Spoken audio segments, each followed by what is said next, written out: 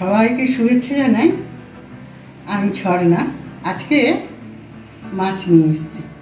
আমাদের যেমন পুকুর ছিল, বিভিন্ন ধরনের মাছ ছিপ দিয়ে আমরা ধরতাম সব ভাই বোন। কাজে মাছের প্রতি আমার একটা আলাদা ভালোবাসাই আছে। আপনাদেরও তো আছে। আপনারা তো বাঙালি, মাছের হাতে বাঙালি।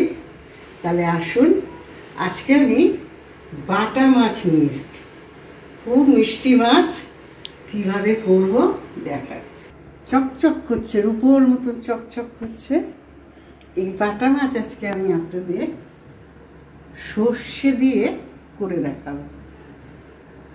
ঝাল করব, ঝালই করব, কিন্তু সেটা সর্ষে দিয়ে। তাহলে আসুন কীভাবে করছি দেখি। আগে মাছগুলোকে আমি ভালো করে নুন আর হলুদ দিয়ে মাখিয়ে নেব। বসালাম, আমি মাছগুলোকে এখন ভেজে নেব। চামচে হলুদ আর নুন দেব 1 চামচে। এই নুন 1 চামচে দিয়ে মাছগুলোকে মাখিয়ে নেব।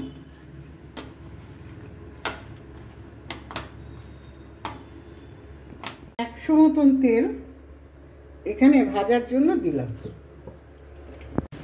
আমি ভাজবো।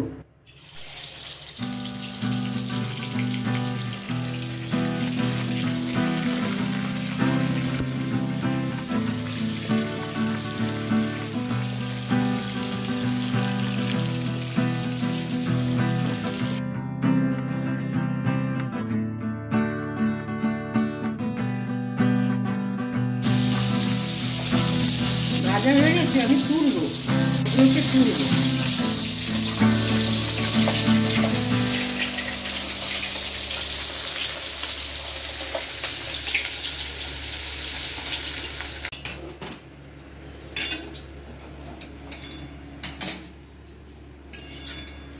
মাছ ভাজা হয়ে গেল, খুব সুন্দর মাছ ভাজা।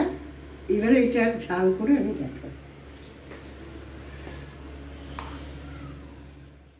চামচ কালো জিরে, কাঁচা লঙ্কা, এটা হচ্ছে পোস্ত বাটা 1 চামচ, 2 চামচ। একটু ঘন করব, ওই জন্য আমি 4 চামচ দিলাম।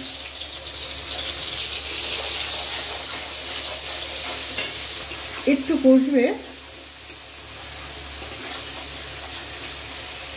এবারে একটু জল দেব, জল আসবে।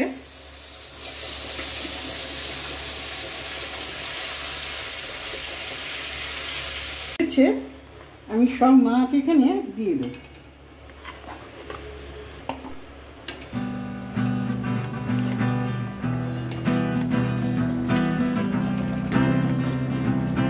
ফুটবে,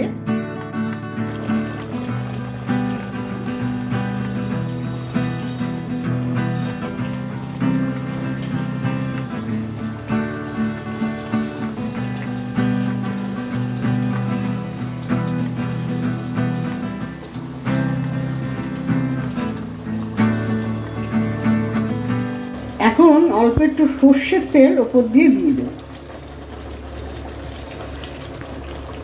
আর ধনে পাতা, এই যে ধনে পাতা।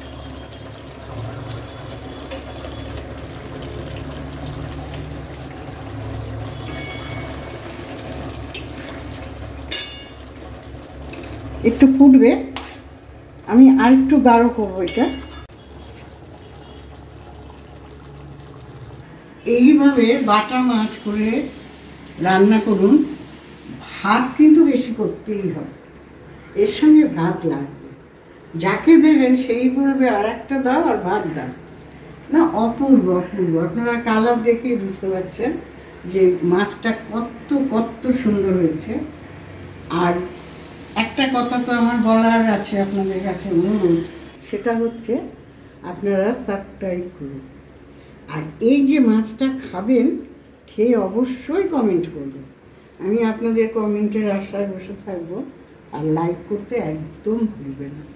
আর আমার সকল বন্ধু যারা আমার সঙ্গে আছেন তাদের অসংখ্য ধন্যবাদ যে আমার জন্য আপনারা সময় দিয়ে আমার ভিডিওগুলো দেখেন, কমেন্ট করেন।